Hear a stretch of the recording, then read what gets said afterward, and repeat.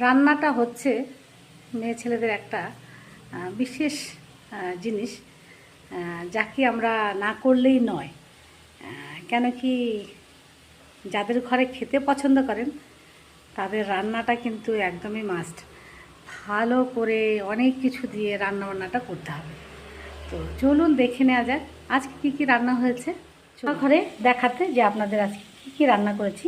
তো দেখুন, আপনারা কখনো খেয়েছেন কিনা জানি না, উচ্ছে আর কুমড়ো দিয়ে একটা ভাজা করেছি, দারুণ লাগে খেতে।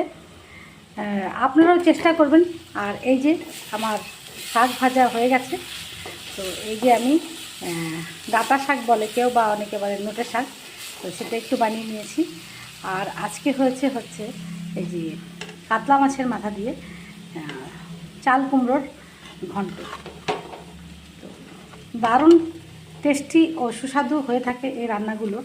তো আর হয়েছে তার সাথে আমি, আমাদের ঘরে একটা ছোট বাচ্চা আছে, তো তার জন্য আমি করে নিয়েছি এই যে দেখুন কুকারে ছোট্ট করে অল্প করে একটু বিরিয়ানি বানিয়ে নিয়েছি।